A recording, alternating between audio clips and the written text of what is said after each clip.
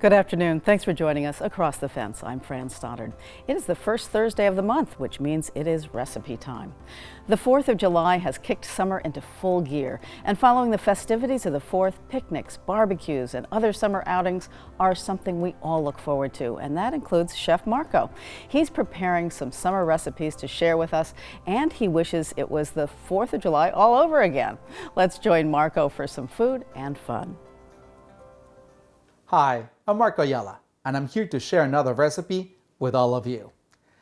Summer is here. I usually think of the 4th of July as the official start to the summer, and I think I'm a little late to the party because it's already been a couple days, but I still have my decorations up, and I didn't want to miss the opportunity to share a few recipes with you that are perfect for the summer and are perfect for picnics and get-togethers like the 4th of July.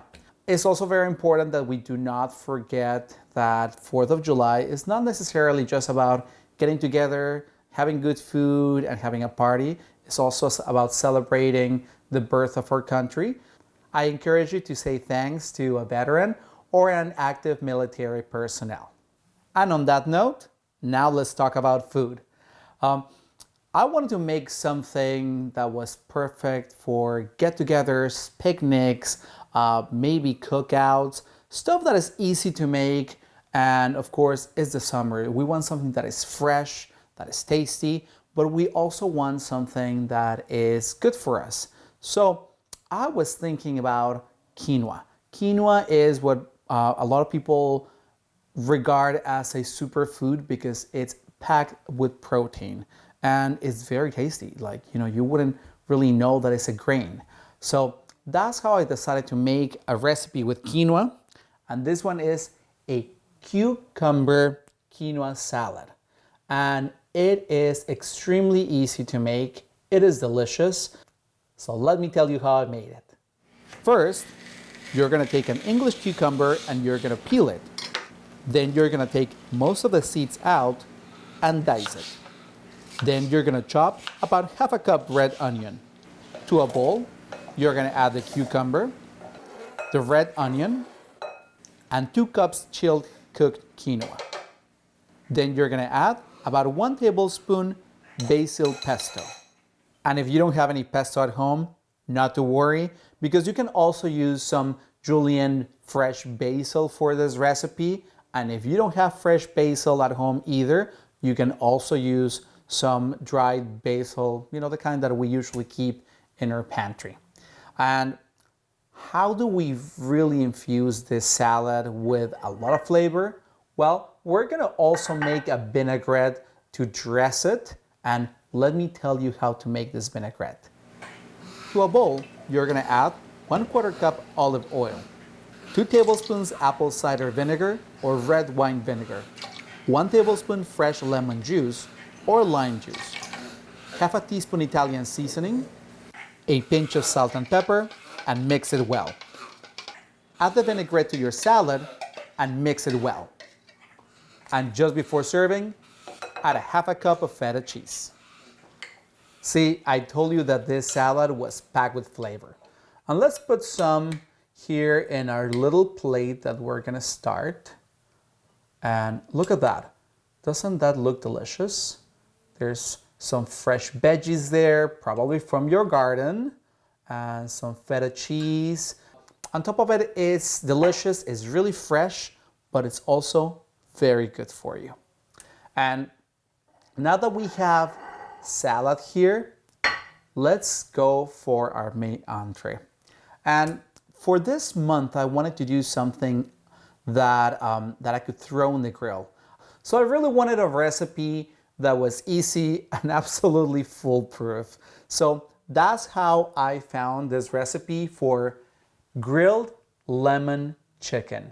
And look at that chicken. It's packed with flavor, and you are gonna be surprised at what the secret ingredient is in here.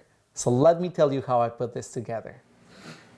In a bowl, you're gonna add 2 cups thawed lemonade concentrate, 1/4 cup soy sauce, 1 minced garlic clove, half a teaspoon sea salt, 1/4 teaspoon celery salt, and 1/8 teaspoon garlic powder. And you're gonna mix it well. And yes, you heard that correctly. The main ingredient for a marinade is lemonade concentrate that you can find in any grocery store. And you will be surprised. It has sugar, it's tangy, so it really infuses the chicken with a sweet and sour taste, kind of tangy, kind of puckery, that is really delicious. And if you grill it correctly, it's gonna be super tender and juicy. So let me tell you what to do next. Next, you're gonna dip your chicken into the lemonade mixture, turning it to coat. Transfer it to a Ziploc bag and let it marinate for a few hours or overnight if possible. You can use a whole chicken, like a roasted chicken that you're gonna cut in pieces, but if your family is anything like mine, I have very picky eaters, so I usually go for the pieces of chicken that I know my family is going to enjoy. So in this case, I'm doing chicken breast fillet and drumsticks, but you can use whatever your family likes best. Turn your grill on and set it to medium heat. Arrange your chicken on the grill and let it cook for about 30 minutes, turning occasionally. It's important to remember that different pieces of chicken are going to cook at different rates. Like say this fillet, that as you can see is fairly thin, is gonna cook much faster than one of our drumsticks that are significantly larger, therefore they require more time on the grill. However, it's very important that you check the internal temperature of your chicken, so you want to make sure that your chicken is cooked all the way through. Once your chicken reaches an internal temperature of 165 degrees, remove it from the grill and it's ready to serve. And I can assure you that your family is going to love this chicken because it's so good. So I'm gonna put a piece here with our salad in our plate that we started. You know what? I'm gonna put 2 pieces because I'm sure people are gonna have seconds and you're gonna have no leftovers, of this chicken. And I like reserving a little bit of the marinade to drench it in it just before serving. Now that we've taken care of our main dish and our salad, let's talk dessert because, well, we all love dessert, especially me.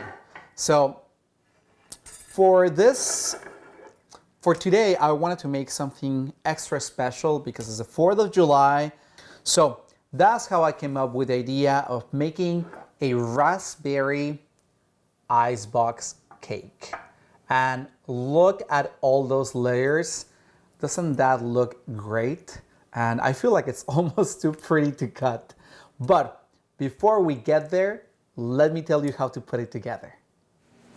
First, you're gonna prepare a box cake mix according to package directions. Then you're gonna divide the batter into 2 medium rectangular pans and bake it according to package directions. And now that the easiest part is all done, let's work on constructing our cake.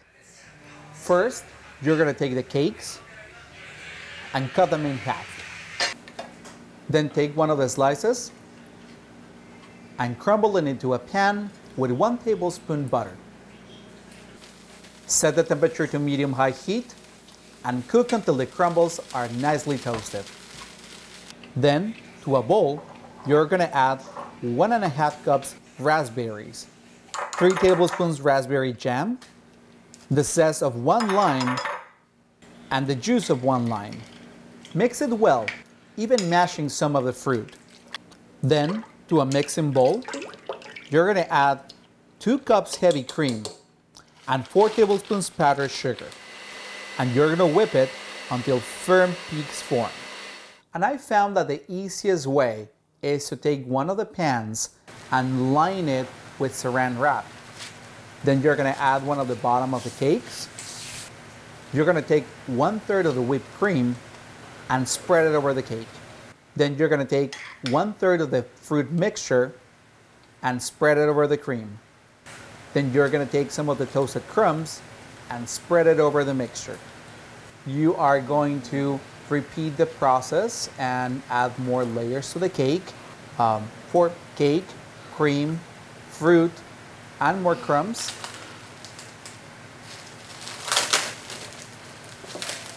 And you're going to finish it with a thick layer of cream, some fruit, and the remaining toasted crumbs.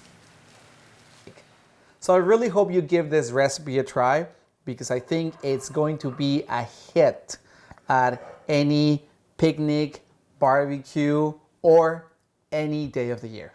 So with all these recipes that we're going to be using during the summer, I also want to remind you to follow Across the Fence on social media.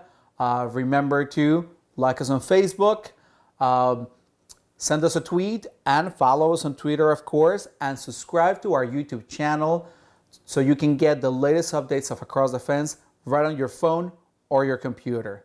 And on that note, I'm gonna say, enjoy the summer, enjoy some good food, look for healthy alternatives that are just as good as any of your regular recipes. And remember, tell us all about it on Facebook, send us a message, and be in touch with Across the Fence. And as I always say, from my kitchen to your kitchen, happy cooking.